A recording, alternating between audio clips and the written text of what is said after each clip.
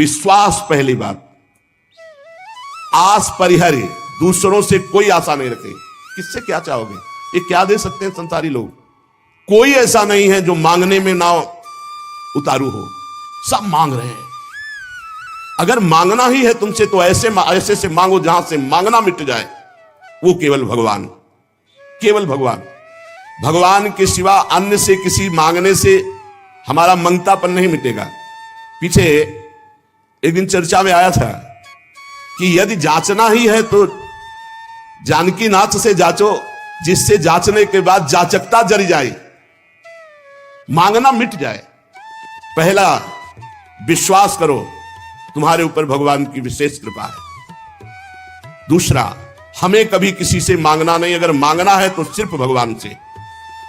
तीसरा, निरंतर हमें नाम जप करना है। यह बहुत बड़ी बात तीन है। भगवान पर दृढ़ विश्वास, अन्य किसी का आशा भरोसा नहीं, और निरंतर नाम जप। तो कह रहे बिनु श्रम तरई भवनाथ सो समराम। अन्य कोई साधन का श्रम नहीं, उसे निश्चित भगवत प्राप्ति हो जाएगी। भगवान पर विश्वास रखकर नित्य स्मरण करने का हमें प्रयत्न करना है, प्रयत्न करना है। जितनी हमें सामर्थ्य दी है उतना हमें करना है। आगे की बात भगवान संभाल लेंगे, पक्का समझ लो। घंटों आप संसार की वार्ता कर सकते हो, घंटों घंटों आप संसार के दृश्य देख सकते हो। जैसे 3 घंटे 2.5 घंटे की फिल्म है, आपका बिल्कुल मन नहीं भागेगा। लेकिन 2.5 घंटे बैठकर माला जपो, फिर देख लो क्या दुर्दशा करता है मन, परेशान कर देगा आपको। बस यही, क्योंकि जब 3 घंटे फिल्म देखता है तो सब कुछ कवर कर रहा है प्रपंच, अनजाने में सीसीटीवी की तरह।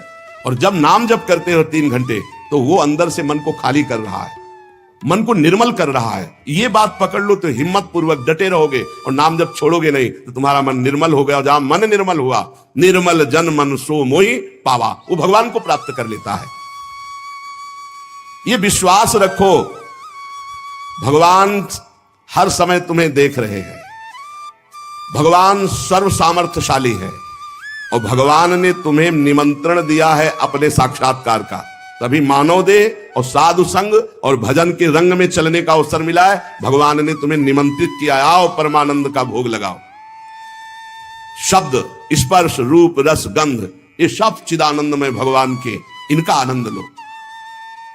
जब भगवान ने निमंत्रण कर ही दिया है तुम्हें और पंगत में बैठा दिया, ये पंगत में बैठे हो, परमानंद की भोग वृत्ति, परमानंद का भोग लगकर तुम्हें प्रसाद मिलेगा। भगवत शब्द, भगवत स्पर्श, भगवत रूप, भगवत लीला, भगवत धाम का ये जो आनंद है, ये परमानंद परोसा जाएगा। आप पंगत में बैठ गए। कोई धर्मात्मा पुरुष जब तुम्हें पंगत में बैठालता है, पत्तल दोना डाल देता है, तो इसके बाद तुम्हें उबने की जरूरत नहीं, सामान भी आएगा।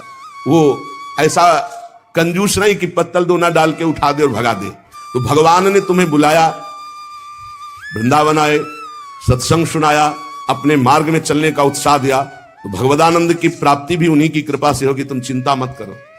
एक और तुम्हें बात बता दे खास, यदि भगवान के आश्रित हो गए हो, अंदर से दृढ़ भरोसा भगवान का, और निरंतर भजन भी नहीं होता, तो आपको निरंतर भजन का ही फल मिलेगा। जैसे कोई आदमी लेबर को लिवा लावे, अब भाई शाम तक के कितने लोग? बोले 500 रुपए। हाँ बैठ जाओ, यहां बैठ जाओ, हम आपको काम बताएंगे। और शाम तक उसने कोई काम नहीं करवाया, तो बोले उसको 500 रुपया देना पड़ेगा कि नहीं देना पड़ेगा? पक्का देना पड़ेगा ना। तो भगवान को भगवत प्राप्ति करानी पड़ेगी। बुलाया है हमको, श्री राधिका कृपा बिनु सबके मनन अगम में श्री जी ने वृंदावन बुलाया है। जिनको वृंदा विपिन है कृपा ते नहीं की हुए, तभी तो यहां आप आओगे। सत्संग सुनाया, क्यों सुनाया सत्संग? हम फंसे थे संसार में, फंसे रहने देते, क्यों सुनाया? संसार का राग हटवाया सत्संग के द्वारा, क्योंकि वो मिलना चाहते हैं आपसे। इतना जब कर दिया तो अब आप अंदर से भगवान की शरणागति स्वीकार करो, अंदर से भगवान का आश्रय स्वीकार करो।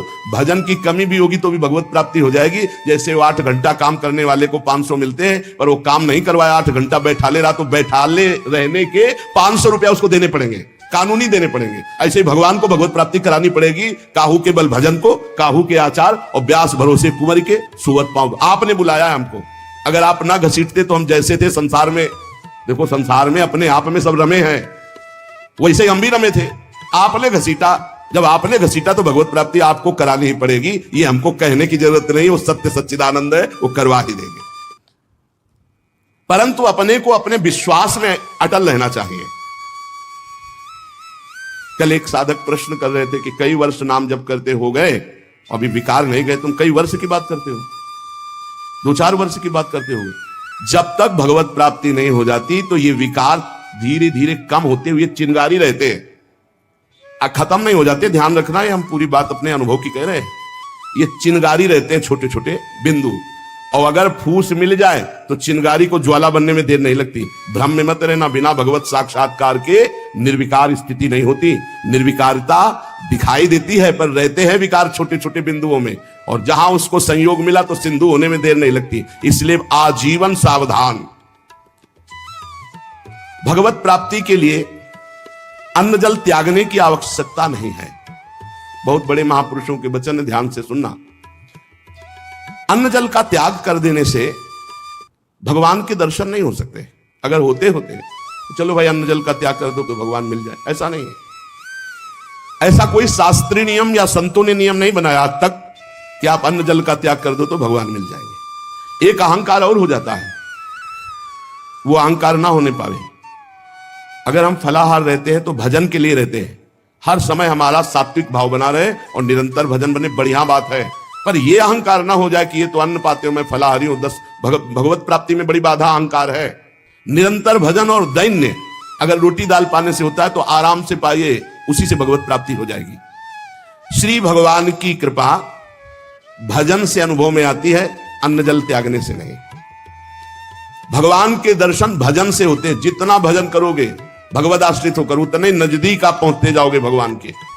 एकादश स्कंद में 9 योगेश्वर जन कहते हैं, जैसे भूखे आदमी को एक एक कवल भोजन तो तुष्टि पुष्टि सुधा निवृत्ति होती जाती है, ऐसे ही एक एक भजन, एक एक नाम जप, संसार से वैराग्य, स्वरूप का ज्ञान और भगवान से प्रेम, ये एक एक भजन में होता जाता है। तो अब जैसे कई दिनों का भूखा है, 1-2-4 कवल पवा के रोक दो तो कुछ अनुभव नहीं होगा और भूख व्याकुल। ऐसे ही 2-4 माला कर लिए आप, काम वो भी हो रहा है 2-4 माला से ही, लेकिन आपको अनुभव नहीं होगा। अनुभव होगा जैसे वो आधा पेट भोजन कर ले और फिर स्वाद उसे खीर का सब्जी का अलग अलग आएगा, इतना भूखा कि पहले आधा पेट हो जाए। ऐसे ही हमको कम से कम 12 घंटा भजन में व्यतीत हो, तब हमारी समझ में आएगा कि नाम का स्वाद क्या है। एक एक नाम संसार से वैराग्य, भगवान से प्रेम और स्वरूप का ज्ञान प्रतिपल करा रहा है। पर बोध तब होगा तब कम से कम 12 घंटा भजन 24 घंटे में होने लगे। और जिनका 24 घंटे भजन होता है, ईमानदारी से जिनका 24 घंटे चिंतन होता है, उनको कोई प्रश्न नहीं रह जाता, उनकी कोई चाह नहीं रह जाती, उनकी कोई कामना नहीं रह जाती। अपने आप भगवत साक्षात्कार, अपने आप तत्व ज्ञान होने, भजन में बहुत बड़ा बल है। तो इन सब बाहरी बातों पर साधक ना फंसे कि हम अन्न छोड़ दें, हम जल छोड़ दें, हम ये कपड़ा छोड़ दें। सर्दी है, चिंतन हो रहा सर्दी का, अरे चाहे टाट मिले चाहे कंबल तत्काल ओढ़ लो, चिंतन सर्दी का ना हो। प्रिया प्रीतम को खास बात यह है, भूख लगी है जो मिले नमक रोटी खाओ, इसको शांत करो और चिंतन प्रभु का करो। चिंतन रोटी का हो रहा है, चिंतन कपड़ा का हो रहा है, चिंतन भोगों का हो रहा है, वो बात नहीं। ये बात बिल्कुल परमार्थ में शास्त्र सम्मत, हमारा चिंतन नहीं होना चाहिए जागतिक भोगों का। भगवत प्रसाद जो मिला इसे डाल लिया उदासीन भाव से, चिंतन हमारा प्रभु का होना चाहिए। भगवत दर्शन में प्रधान भजन करते हुए जब भगवान से मिलन की व्याकुलता होती है, अभी कहां मिलन की व्याकुलता है। भजन, खास बात भजन है। जितना देर भजन करोगे उतने आप उज्जवल और पवित्र होते चले जाओगे। आपको पता नहीं होता कि आप कितनी ऊंचाई पर चढ़ रहे हैं। जब कोई अपराध बनता है और वो खो जाती है वृत्ति, तब लगता है कितनी ऊंचाई की वो वृत्ति थी, मेरे से गलती हो गई तो देखो वृत्ति खो गई। सहज धारा भगवत चिंतन की, सहज धारा, कोई विक्षेप नहीं, कोई चाह नहीं। और जहां अपराध बन गया तो बाधित हो जाती है। कई तरह का अपराध होता है। मैं बहुत भजनानंदी हूं और इनमें तो भजन नहीं, रुक जाएगा आपका भजन। किसी से अपने को मिलाना, उसको अपने से नीचा देखना, मारे गए, आपका भजन रुक जाएगा। किसी की निंदा कर देना, किसी के ऐसी चेष्टा करना कि उसके भजन करने वाले हृदय में दुख पहुंच गया, अब आपका भजन अवरुद्ध हो जाएगा। ना कोई चेष्टा, ना कोई निंदा और ना कोई मिलान किसी से करना है। हर समय देखना है हमारे ऊपर भगवान की विशुद्ध कृपा है, सब संतों की कृपा है, चराचर जगत की हमारे ऊपर कृपा है, सब श्रेष्ठ है, हम सबसे लघु। अब भजन आपका निरंतर चलेगा। अनन्य भजन में ना तन की शुद्धि रह जाए और ना मन की शुद्धि रह जाए। मन भी बेशुद्ध हो जाता है। अभी हमारा मन नहीं लगता तो मन की शुद्धि है, भजन की नहीं, ध्यान रखना। बैठे हो, शरीर में पीड़ा हो रही है, अभी तन की शुद्धि है, भजन की। जब भजन में आएगी तो तन मन डारे खोए, लगन लगन सब कोई कहे, लगन कहावे सोए, जा लगन में तन मन डारे खोए। ऐसा भजन चल रहा है कि मन भी पंग हो गया, तन की भी शुद्धि नहीं। यह है भगवत साक्षात्कार के लिए। जानबूझकर हठपूर्वक अन्न वस्त्र आदि आदि जो शरीर निर्वाह के लिए इनको छोड़ना बड़ा हानिकारक है। शरीर को स्वस्थ रखना भजन के लिए बहुत आवश्यक है। आपका शरीर स्वस्थ है, आप आराम से 2-4 घंटे आसन में शांत बैठकर मन को परमात्मा में लगा सकते हैं। अब आज कलयुगी शरीर ऐसे हो रहे हैं, नौजवान आदमी ब्लड प्रेशर, शुगर, क्या क्या परेशानियां। भजन कर लो, आगे और समय ऐसा आने वाला है भजन के लिए अवसर नहीं। जानबूझकर हठपूर्वक अगर आपको सुविधा सामग्री मिल रही शरीर रक्षा के लिए तो उनका त्याग ना करो। इसके त्याग से कुछ नहीं होता। अब शरीर, ये सब अनुभव की बात है। शरीर उघार, सर्दी में शरीर कांप रहा है तो चिंतन तो जा रहा है ना सर्दी का। अरे जैसा भी टाट पट्टी कंबल जो भी मिले शरीर में डाल लो। अब चिंतन प्रिया प्रीतम करो, ये खास बात है। ये बहुत समय के बाद समझ में आती, नहीं तो अहंकार बना रहता है। स्वेटर कंबल के त्यागी हो, चिंतन सर्दी का हो रहा है, प्रिया प्रीतम का चिंतन करना है, परमात्मा का चिंतन कर। खास बात है, चिंतन नहीं छूटना चाहिए तो तुम्हारा त्याग सार्थक। और अगर चिंतन छूट गया तो त्याग की, और चिंतन ही बदल जाता है। प्रभु का चिंतन न रहकर शरीर का चिंतन होने लगता है। इसीलिए प्रेमी जनों को आप देखिए, वो वैराग्य प्रधान नहीं, अनुराग प्रधान होते हैं, इसीलिए उनको पहचानना बड़ा कठिन। अखंड चिंतन निरंतर चले और जैसी स्थिति में शरीर को प्रभु रख रहे वैसी स्थिति, शरीर से राग खत्म। आप निरंतर भजन करें, भगवान के दर्शन की भी मांग ना करें तो भी भगवान को दर्शन देना ही होगा, अपने आप देना होगा। आप पुकारें, आप भजन करें। भगवान दर्शन किसको कब और किस साधना से देते हैं आज तक कोई नियम नहीं है, कोई नियम नहीं। वो कहो अभी आपको दर्शन दे दे, उनके लिए क्या है। इसीलिए तो भगत मस्त हो जाता है जो भगवान की शुद्ध भक्ति करता है कि जब चाहेंगे करुणा निधान निहाल कर देंगे। प्रभु के लिए कोई नियम नहीं है। भगवान जब जहां जिसके ऊपर कृपा करे, बहुत भगवान कृपालु हैं और आज तक जिनको मिले हैं वो बहुत सरल सहज स्वभाव वालों को मिले। ये जितनी बुद्धि लगाने वाले लोग हैं इनको बहुत दौड़ना पड़ता है, और जो सहज सरल होते हैं भगवान उनको मिल जाते हैं। भगवान जिनको मिलते हैं कैसे होते? सरल चित्त, संत सरल चित्त जगत हित, जान स्वभाव सने। बहुत सहज इनका स्वभाव, कोई छल कपट नहीं, चित्त में निरंतर भगवत स्मृति। भगवान मिले मिलाए हैं यार, भगवान अंदर ही बैठे हैं, वो सब देख रहे हैं।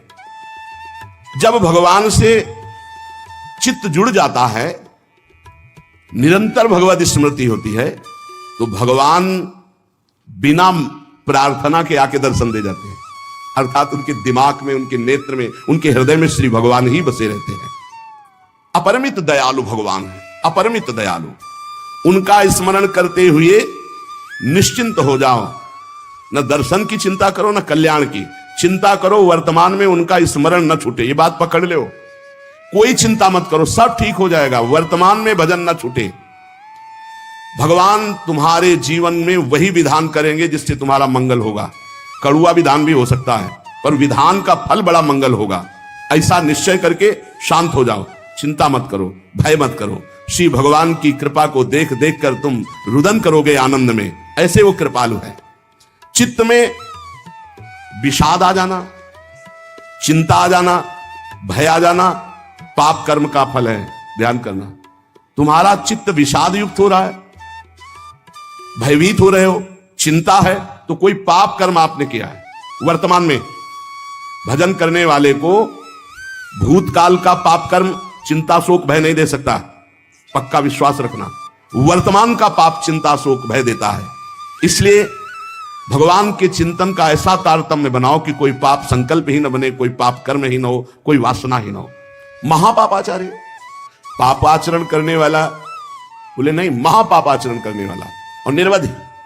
कोई सीमा नहीं है कि कितना पाप कर, पाप में ही रहता है। असीम पाप करने वाला, निर्वधि असीम पाप करने वाला। महादुर्मति सते, सैकड़ों प्रकार की दुर्मति है। दुर्मति, कुमति, जो नाना प्रकार के असत आचरण कराती है। ये सबके अंदर रहती दुर्मति। किसी को भजन सत्संग के प्रभाव से बहुत कम मात्रा में असर में आती है, और जिनको सत्संग नहीं मिला, भजन नहीं हो रहा, तो दुर्मति का ही राज्य रहता है, वो समझ नहीं पाते। सुमति तो किसी किसी के हृदय में जागृत होती है। महापापाचारी है और सैकड़ों प्रकार की दुर्मति के द्वारा असत कार्य करने वाला है। और महाकाम क्रोधाद्यति परवसे दंभ वपुसी, गजब कर दिया। कामी नहीं, महाकामी है, क्रोधी है, इंद्रियों के परवश है, और दंभ धारण करता है भक्ति का, नाटक करता है भक्ति का। ना सत्संग से भी मतलब नहीं रखता, सत्संग में भी नहीं जाता। महाधर्म विमुखे, धर्म से भी विमुख हो गया है। पर कहीं उसको ये बात समझ में आ जाए कि अब मेरा कल्याण तो सिर्फ भगवान के धाम में ही आश्रय लेने से होगा, और वृंदावन धाम का आश्रय आवास स्वीकार कर ले और अनन्य हो जाए वृंदावन का, तो ऐसे का भी परम पद पर आरूढ़ होना निश्चित है, निश्चित। ये बड़ी गजब की बात है।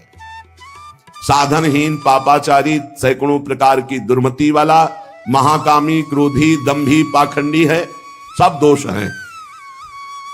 पर उसने एक नियम ले लिया कि अब आजीवन वृंदावन वास करेंगे, अब हमसे कुछ होने वाला नहीं।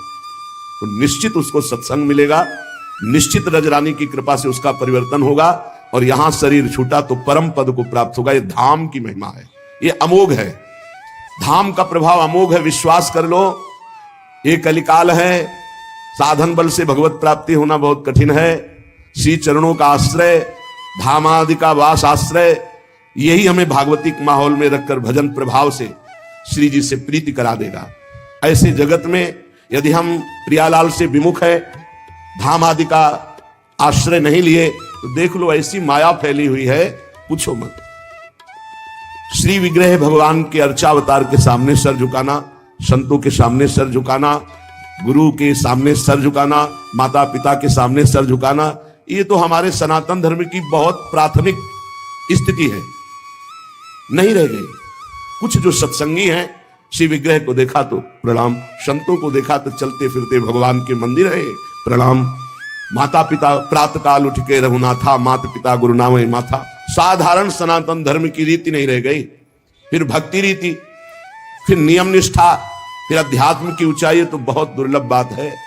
कैसा भी व्यक्ति क्यों न हो, अगर भगवत प्राप्ति करना चाहता है तो ना धामवास हो पावे तो एक दो दिन के लिए, महीना दो महीना में जरूर आ जाओ। इससे आपकी आध्यात्मिक पावर शक्ति बढ़ेगी, आपका उत्साह बढ़ेगा, आपको भगवत प्राप्ति की लालसा मिलेगी। श्रीपाद कह रहे अत्यंतोद्धतावदिंद्रिय गणो या सर्वदा असत्पथे वे कस्मिन् निमिषे पिना स्मृत महानंदाभिराधा प्रिय सद्धर्मैः सदुपासनैर्विरहितस् त्यक्तोऽखिलैः सद्गुणैर् हा हा सोहम नल्पमोह उपयाम्येकं तु वृंदावनम। हा हा, ऐसे का कैसे कल्याण हो सकता है।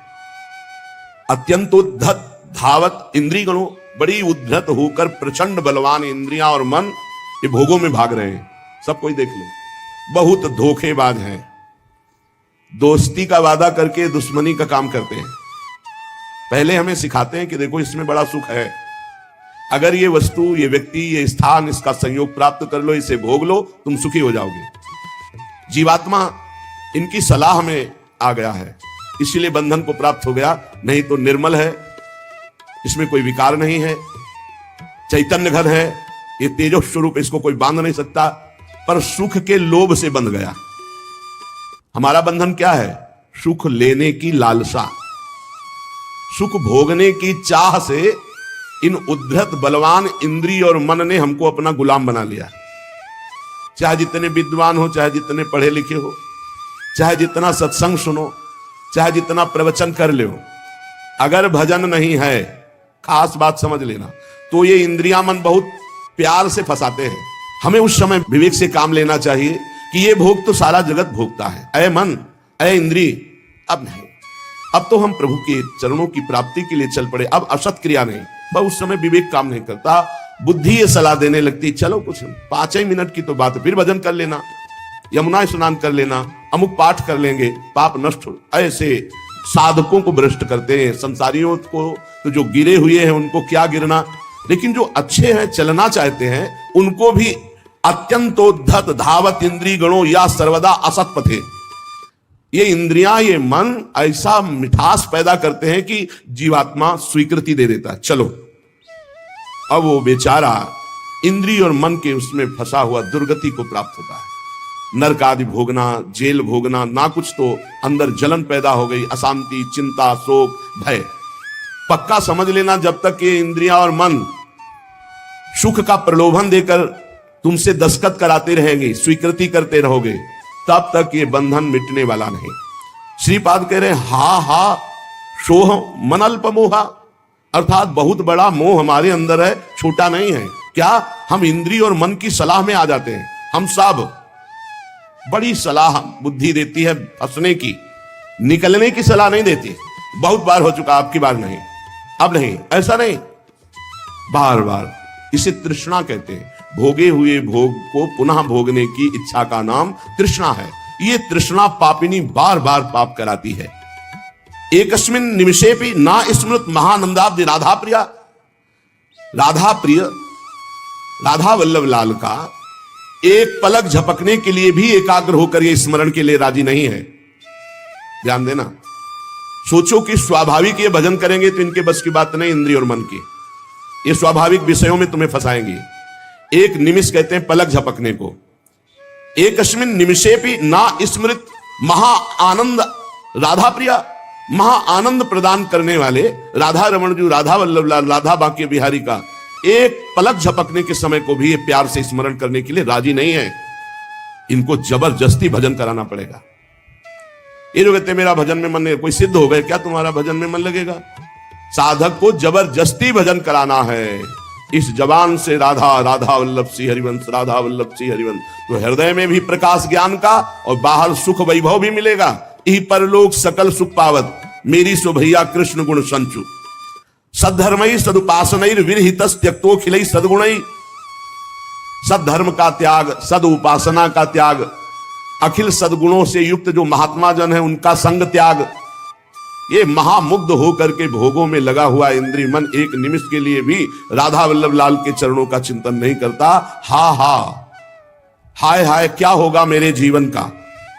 उपयाम्येकम तु वृंदावनम, अब मैंने समझ लिया कि अब मेरा एकमात्र परम कल्याण, उद्धार, मंगल श्रीधाम वृंदावन करेगा, तो मैं आजीवन वृंदावन वास का नियम लेता हूं कि अब मेरे से तो कुछ बनने वाला नहीं। अपने शरीर को इसी धाम में रखूंगा और इसी रज में धूल धूसरित होकर प्राण त्याग दूंगा, तो भगवत प्राप्ति हो जाएगी, पक्का भगवत प्राप्ति हो जाएगी। धाम में आजीवन वास से भगवत प्राप्ति। अब ये जो बीच की यात्रा है ये समझना होगा, नहीं कहीं भ्रम ना हो जाए कि हम धामवास करें और खूब मनमानी कुमार्गामी प्रवृत्तियों के आचरण करें। देखो ये धाम सुरक्षित है दैवी शक्तियों से, जैसे राष्ट्रपति भवन की विशेष सुरक्षा होती है, ऐसे जैसे ये पुरियां हैं, धाम है, तीर्थ स्थान है, ये विशेष सुरक्षित होते हैं। इनमें जो उद्दंडता करता है, पापी पापाचरण करता है, उनको विशेष दंड दिया जाता है, ध्यान रखना। तो ये जो कहा गया कि आप अखंड धामवास करें आपको भगवत प्राप्ति होगी, तो अखंड धामवास और भगवत प्राप्ति के बीच की यात्रा नहीं बताई गई। वो होगी सत्संग से, वो होगी रसिकों के संग से। ऐसा नहीं है कि आप धामवास करो, खुला पापाचरण करो, आपको भगवत प्राप्ति हो जाएगी, ऐसा नहीं, ऐसा नहीं है। ये भ्रम में मत रहना। ये जो कहा जाता है तो धामवासी को सत्संग मिलता है और सत्संग से वो अपना सुधार करके निरंतर भजन परायण होकर भगवत प्राप्ति करता है। उपासक निरंतर भजन के लिए दृढ़ नियम लेना पड़ेगा। इसके लिए यह नहीं कि घर त्याग करके कहीं भाग कर जाने की जरूरत है। आश्रय धाम का लिए हैं, आप बहुत दूर वास कर रहे हैं और निरंतर भजन का नियम ले लिए कि हम अभ्यास कर रहे हैं। अंतर पड़ सकता है अभ्यासी को, वो कोई सिद्ध पुरुष नहीं है, पर नाम जब का पक्का वही धाम प्रकाशित हो जाएगा, वही प्रिया प्रीतम प्रकाशित हो जाएंगे। विश्वास करी सब आस परिहरी, दास तब जे होई रहे, जपि नाम तवो बिनु श्रम तरही भव, नाथ सो समराम है। बहुत जोर की बात गोस्वामी जी कह रहे हैं। जो आप पर विश्वास करके सबकी आशा का त्याग करके आपके चरणों के दास हो गए और रात दिन आपका नाम जप कर रहे हैं, तो बिना प्रयास के कोई संसार तिरस्कार, अपमान, निंदा ये भगवान की प्राप्ति करा के ही रखती है भक्त को। अनुकूलता, नमस्कार, सम्मान, प्रणाम भगवान बचावे, ये जहर कभी पीने को ना मिले। अगर ये जहर मिल जाता है तो फिर आगे कदम नहीं बढ़ पाते परमार्थ के। ये देह बुद्धि कब नष्ट होती भक्त की कि मैं स्त्री हूं, मैं पुरुष हूं। बोले जब भगवत बुद्धि जागृत हो जाती है, सबसे पहली प्यारी चीज है भगवत स्मृति। इतनी याद में खो गया कि देह की स्मृति नहीं रहे, और पूर्ण रूप से देह भाव का त्याग होता है भगवत साक्षात्कार के बाद। महाराज जी, भगवान में प्रेम होना तो बड़ा कठिन है, वो दिखाई तो देते नहीं। मान लो दिखाई दे तो ज्यादा जल्दी प्रेम हो जाए, अब देखा तो है नहीं तो कैसे प्रेम करें उनके नाम से। उनके नाम में बहुत सामर्थ्य है। उस नाम का निरंतर चिंतन यदि करोगे तो तुम्हारे चित्त के सारे विक्षेप नष्ट हो जाएंगे।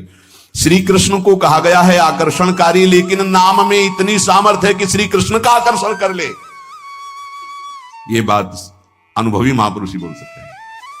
श्री कृष्ण का आकर्षण त्रिभुवन को आकर्षित किए और नाम श्री कृष्ण का आकर्षण कर लेता है। इसलिए बिना देखे भी परम सिद्धि को वो प्राप्त होते हैं जो निरंतर नाम जप करते हैं। महाराज कहते हैं कि कृपावान ही भजन करता है। कृपा तो सब पे है, फिर सब भजन क्यों नहीं करते हैं? सब पर मोरी बराबर दया। महात्मा और भगवान की कृपा सबके ऊपर समान होती है। उत्तर पर जो भगवान या महात्मा की आज्ञा का पालन करता है वही उस कृपा का पात्र बनकर कृपा को रोक पाता है, अन्यथा प्रवाह है निकल गया। जो महात्मा या भगवान की आज्ञा में स्थित रहकर परिस्थिति के अनुसार ना चलकर उसमें अंतर ना आने दे, परिस्थिति के अनुसार। बोले दुखद परिस्थिति आई, भजन छूट गया, आज्ञा का पालन नहीं हो पा रहा, ऐसा नहीं। सुखद परिस्थिति आई, फूल गए, प्रभु को भूल गए उनकी आज्ञा, ऐसा परिस्थिति के अनुसार नहीं। वो भगवत प्रसाद, वो महापुरुषों का प्रसाद प्राप्त करता है जो उनकी आज्ञा में पूर्णतया स्थित रहता है। ये महात्माओं की निंदा क्यों होती है? बड़े बड़े महात्माओं की ये निंदा क्यों होती है? जब इस कोटि के महापुरुष होते हैं तो उनकी निंदा संसार में के लोग क्यों करते हैं? दो स्वरूप हैं, एक है भक्ति, दूसरी है माया। जब वो भक्ति या ज्ञान के द्वारा सिद्ध होते हैं तो जो माया के सिद्ध होते हैं उनके हृदय में अपने आप द्वेष हो जाता है। माया सिद्ध कामी, क्रोधी, लोभी, मोही, ये देखते हैं जब संतों को तो अपने आप इनके आग पैदा हो जाती है। ये कुछ है ऐसा कि ये माया के पार्षद जो है ये आए देखने के लिए, थर्मामीटर डालने के लिए, पर वो थर्मामीटर भक्तों में होता, मायावियों में तो होता नहीं। भक्ति से जान सकते हो, माया के द्वारा नहीं। तो महापुरुषों की जब प्रभाव और यश का विस्तार होता है तो जो मायावी जन होते हैं, माया के दास होते हैं, उनके हृदय में भयंकर द्रोह पैदा हो जाता है, द्वेष पैदा हो जाता है। इतनी जलन उनको होती है कि वो किसी भी तरह मिटा पाए, बस ये बात होती है, किसी भी तरह मिटा पाए। पर सीम की चाप सके को उतासु बड़ रखवार, रमापति जासु जिनके भगवान रक्षक हैं, उनको कौन नष्ट कर सकता है। तो इसलिए उपासक को यह भी तैयारी रखनी है कि अपमान, निंदा, तिरस्कार ये हमारे इस मार्ग के पुरस्कार हैं। मिलेगा, मिलता रहा है, मिला है, मिलेगा पक्का। जैसे अपने लोग हैं ना, तो बहुत अच्छे से मिलते रहे पूरे जीवन, पूरा अभ्यास रहा है इनका, उनकी कृपा रही है प्रभु की कि ऐसे ऐसे महीना दो महीना में 1-2 टेबलेट मिलते रहे हैं कि आपका मान, सम्मान, यश, कीर्ति से जो जहर बढ़ा है वो एक टेबलेट में नीचे उतर जाए। वो उतारते रहते हैं किसी न किसी महापुरुष को भेज करके, माया के महापुरुष, और वो ऐसा वर्ताव कराते हैं। फिर पूछते हैं अब क्या होता है? आपकी बड़ी कृपा, तो आगे निकल गए। हम ही थे और कोई नहीं था, हम ही थे और कोई नहीं था। ये तो हम आपसे प्रश्न कर रहे थे। साधक इस बात पे सावधान रहे कि जब उसकी निंदा हो, अपमान हो, तो समझे कि मेरे प्रभु मेरे सामने पढ़ा करके जगत गुरु अब वो प्रश्न कर रहे हैं, मुझे सहन करके आगे निकलना है। जहां सत्य मार्ग की चर्चा मिले तो सुनो, नहीं तो नाम जप करो, एकांत सेवन करो। ऐसी कोई बात मत सुनो जो नाम रूप लीला धाम से आपको विलग कर दे, नहीं तो जीवन की बड़ी भारी हानि हो जाएगी। और उपासक अपने आराध्य देव को सबके दर्शन से बचावे। ये बड़ी गूढ़ बात हम आपको कह रहे हैं। अब जब खुल करके जैसे यहां सेवा हो रही है बात अलग है, जब उनका आदेश हो जाए, नहीं तो अपने आराध्य देव के दर्शन से, जैसे कहते हैं ना सबकी श्री जी, सबकी श्री जी नहीं है तो हमारी श्री जी है। हम चाहेंगे तो आपको दर्शन करने देंगे, अन्यथा नहीं करने देंगे, इस पे तुम्हारा अधिकार नहीं है। अपनी जो श्री जी हैं इस पे केवल अपना अधिकार है। पूज्यपाद शिवड़िया बाबा जी महाराज, परमात्मा सर्वव्यापी सबकी वस्तु है पक्का, पर प्यारे लाड़िले प्रभु अपनी वस्तु हैं, जो हमारी पूजा में विराजमान, हम छूने दें ना छूने दें, पूजा करने दें ना करने